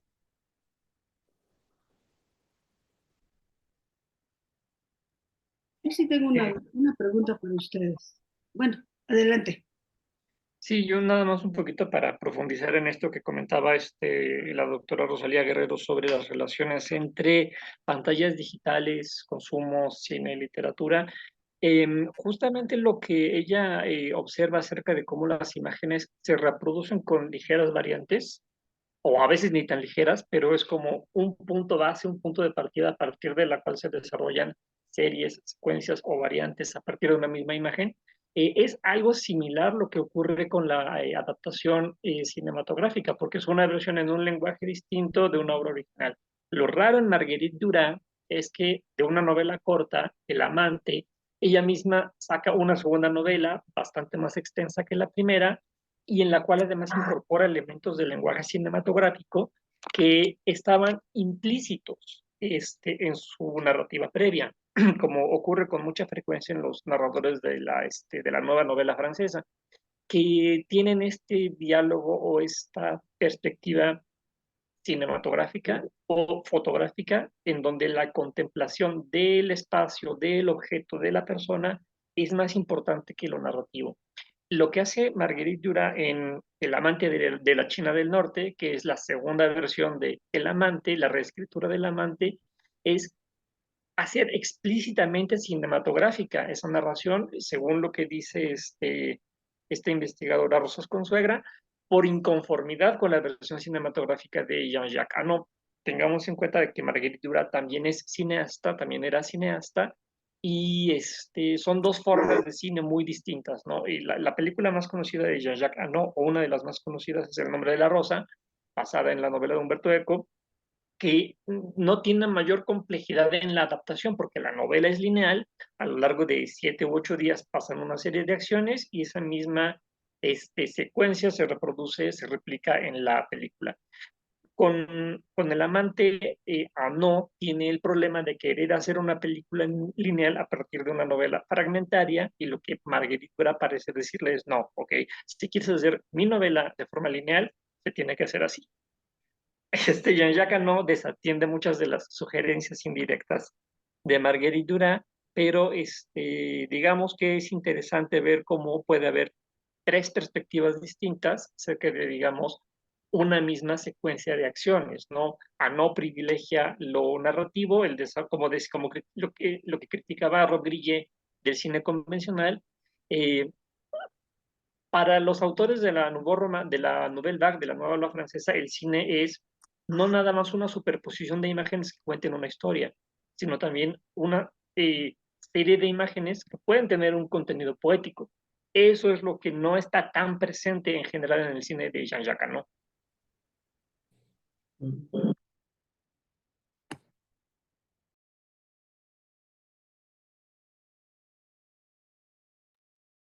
Excelentes palabras, doctor Julio. ¿Alguien más quiere hablar? Te escuchamos, maestro Alfonso. Bueno, me pareció también muy interesante todas las participaciones. Tal vez en algún futuro podamos intercambiar ahí algunas ideas respecto al arte y al arte que se desarrolla en Internet y a estos procesos como que de reapropiación que se van generando en las nuevas estéticas digitales. Ahora me gustaría hacer una pregunta a Johnny, ¿sí? Respecto a, bueno, lo que nos has mostrado es, supongo que es como un estilo de avance de investigación que tiene que ver un poco como con esta visión o con esta perspectiva del enfrentamiento de bueno, el choque, digamos, entre la enfermedad y estos ámbitos digitales, específicamente Facebook, ¿no? Es decir, nos presentaste una visión, digamos, como positiva, ¿no? Es decir, y en algún momento mencionaste este asunto del proceso de identidad mediante el sufrimiento. Me gustaría preguntarte cuál es tu perspectiva respecto a ese otro lado de de la relación entre la digitalidad y la enfermedad, y ese otro lado negativo, ¿no? Y que tiene que ver por ejemplo, con esos procesos de autodiagnóstico, ¿no? O esos procesos de identificación mediante el sufrimiento que generan como bastante turbulencia en cierta población, ¿no? Y que lo pudimos observar directamente durante la pandemia, por ejemplo, ¿no? Es decir, así como un montón de grupos o un montón de información que, que genera falsos procesos de identificación, ¿no? O falsos procesos de autodiagnóstico y que puedan resultar peligrosos, ¿no? Y que, bueno, que son prácticamente observables, ¿no? Y que tienen que ver sobre todo con procesos de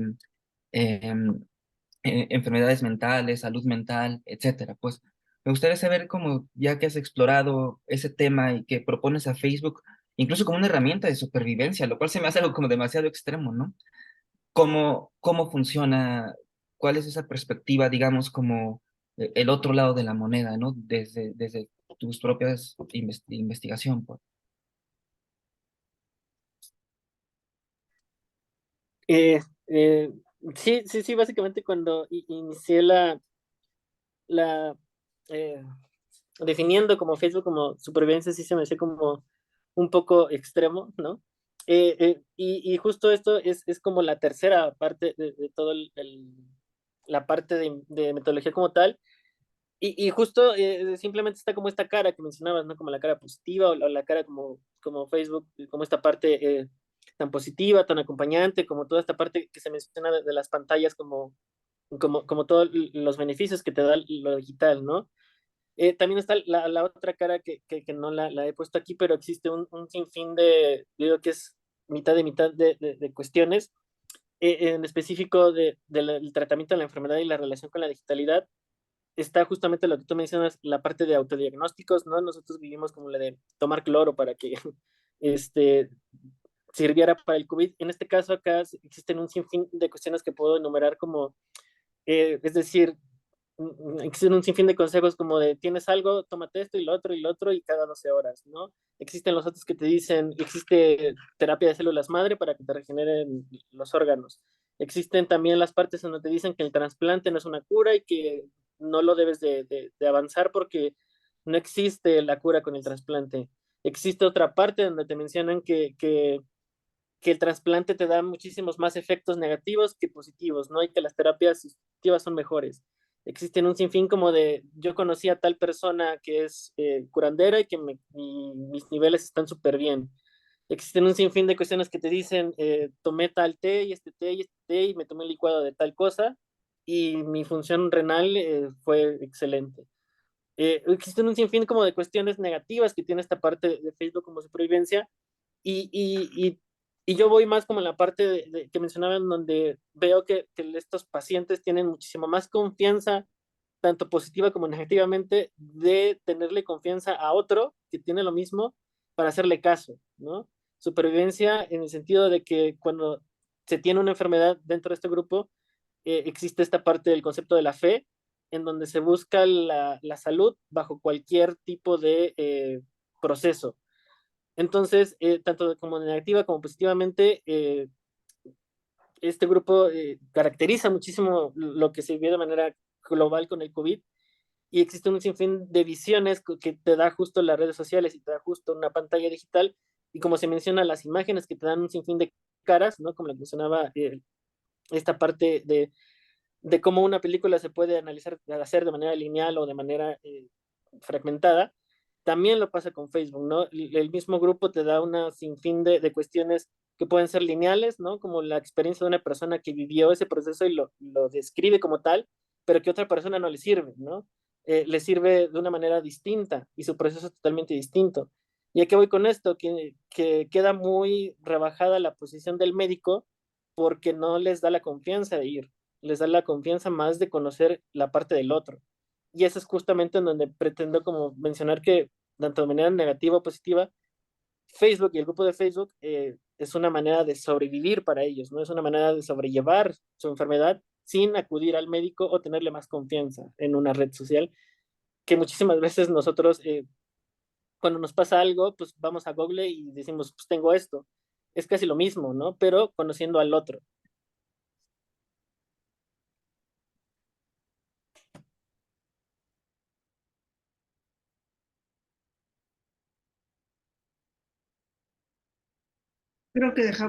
Creo que terminó su presentación de Johnny. ¿Alguien más quiere participar? Yo sí me, Eh, bueno, no sé si alguien más.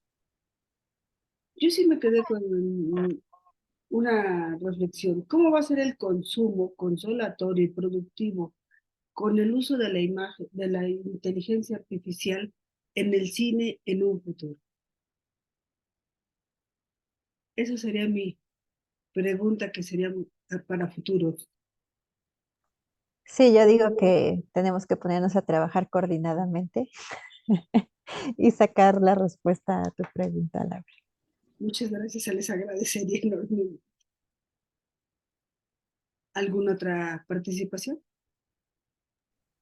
Bueno, creo que los efectos especiales en el cine, por ejemplo, son los que han empezado a quizá hacer uso de estos recursos, ¿no? No sé si recuerden que, bueno, además de las pantallas verdes famosas, en esta película El Irlandés, si no me equivoco, es de 2019-20, hubo justamente un rejuvenecimiento digital de los actores para que se vean en pantalla mucho más jóvenes de lo que realmente son. Entonces, muy probablemente sí estamos empezando a asistir al uso de estos recursos digitales, no solamente para falsear el fondo, que es un poquito la función de la pantalla verde, sino también para modificar, para alterar digitalmente la apariencia física de los personajes y no solamente para, por ejemplo, hacerlos ver como cosas que no son, como el caso de, no sé, el Hulk, por ejemplo, sino que haya un engaño o una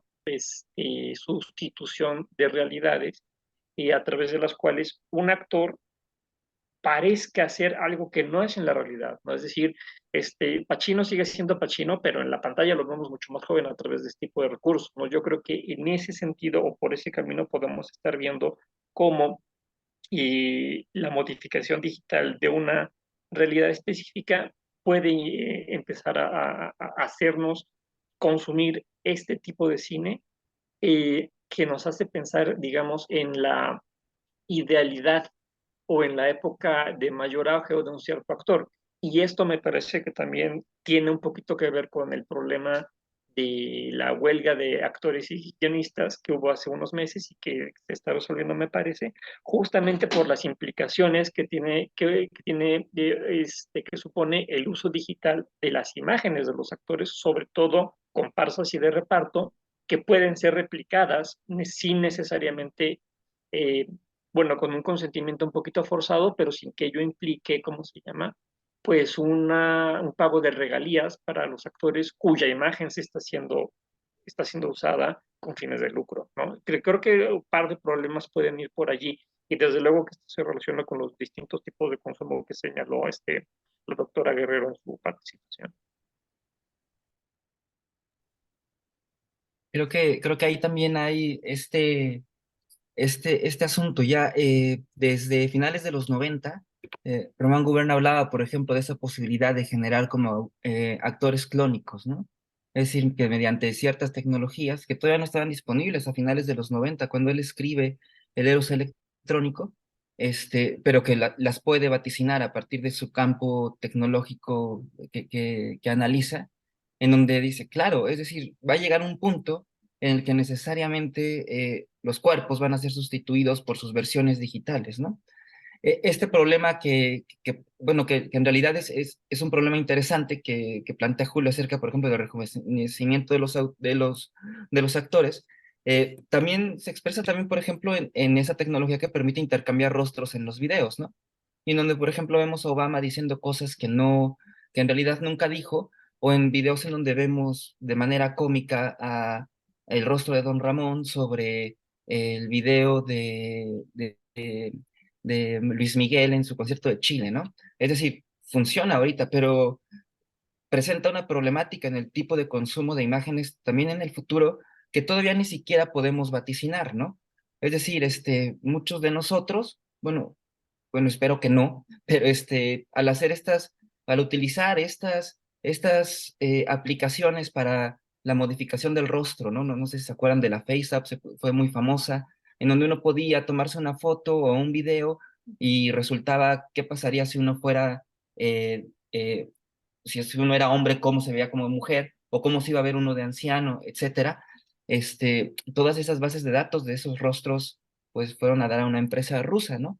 Y así no sabemos cómo esos datos, cómo van a ser utilizados, por ejemplo, en el futuro, ¿no?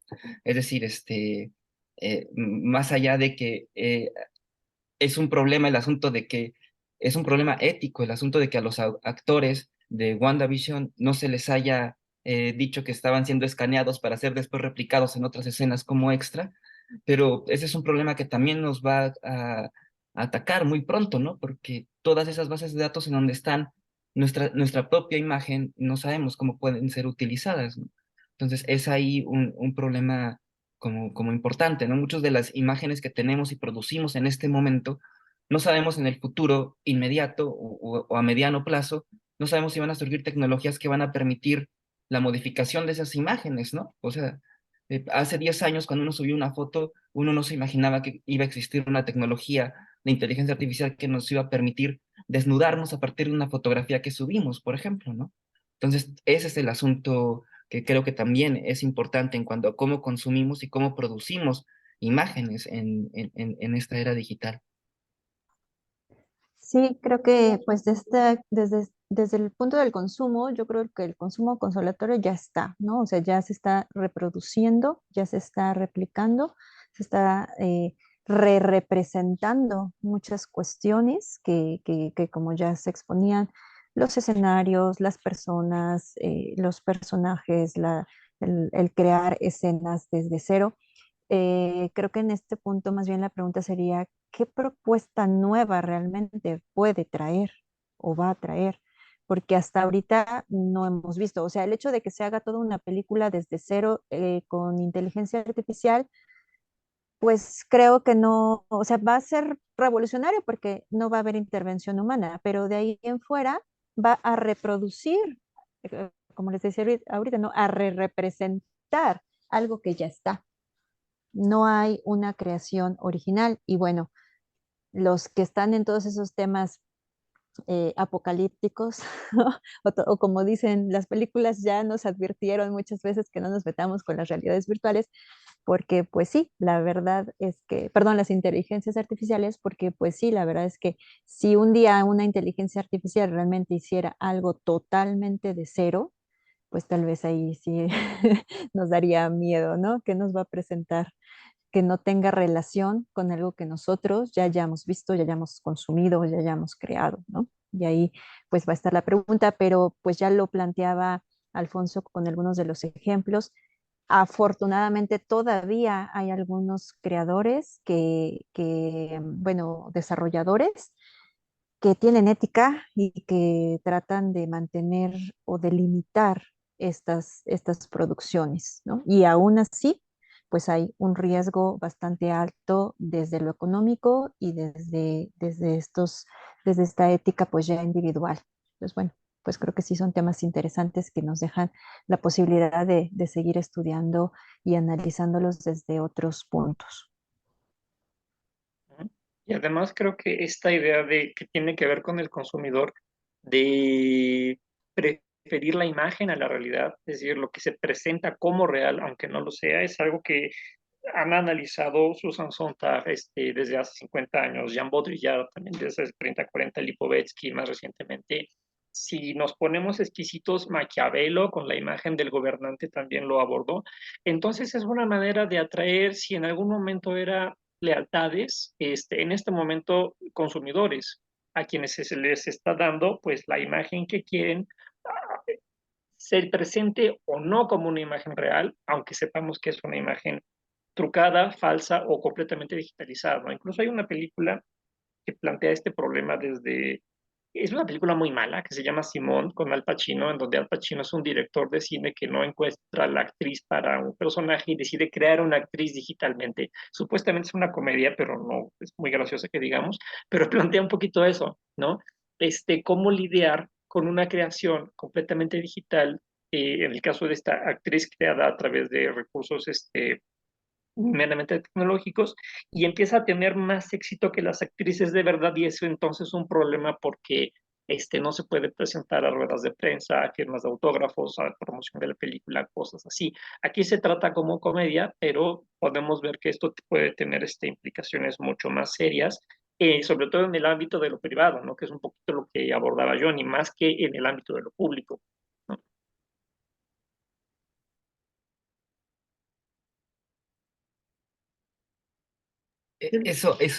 ¿Cómo se llama la película, Julio? Simón, con Al Pacino, no recuerdo al director porque es un director muy poco conocido, seguramente, pero trata ese problema. Será de principios de los 2000, o sea, tendrá 15, 20 años esa película. Es interesante cómo ahora, por ejemplo, estos perfiles que más o menos ahí pasaba como de rápido, esos perfiles de los influencers digitales, generan un montón, por ejemplo, facturan un montón, ¿no? Y tienen muchísima popularidad. Y ahora hay influencers, digamos, que generan como cierto contenido, digamos, como un poco más íntimo en cierto sentido. Son influencers digitales, es decir, personas que no existen, que venden ese contenido, digamos, pues erótico o de ese tipo, y que facturan un montón, ¿no? Y que son que tienen un éxito, digamos, abrumador por sobre las personas reales, ¿no? Pues, tal parece que es lo que ahí mencionaba de la película, es interesante.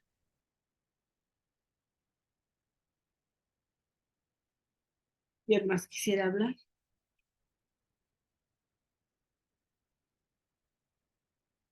Bueno, pues entonces creo que ha sido muy enriquecedor conocer las posturas, como decía la doctora Rosalía, y las miradas de las diferentes plataformas, de las diferentes pantallas, y cómo nos tenemos que ir preparando como comunicólogos hacia el futuro y respetando la inteligencia artificial para que no nos coma, como dice el doctor Julio, y no nos tome por sorpresa. Si no hay nada más que agregar, doy por concluido esta mesa que fue, yo creo que de las más interesantes que he participado, y muchas gracias. Muchas gracias a todos, buen día. Gracias, buen día.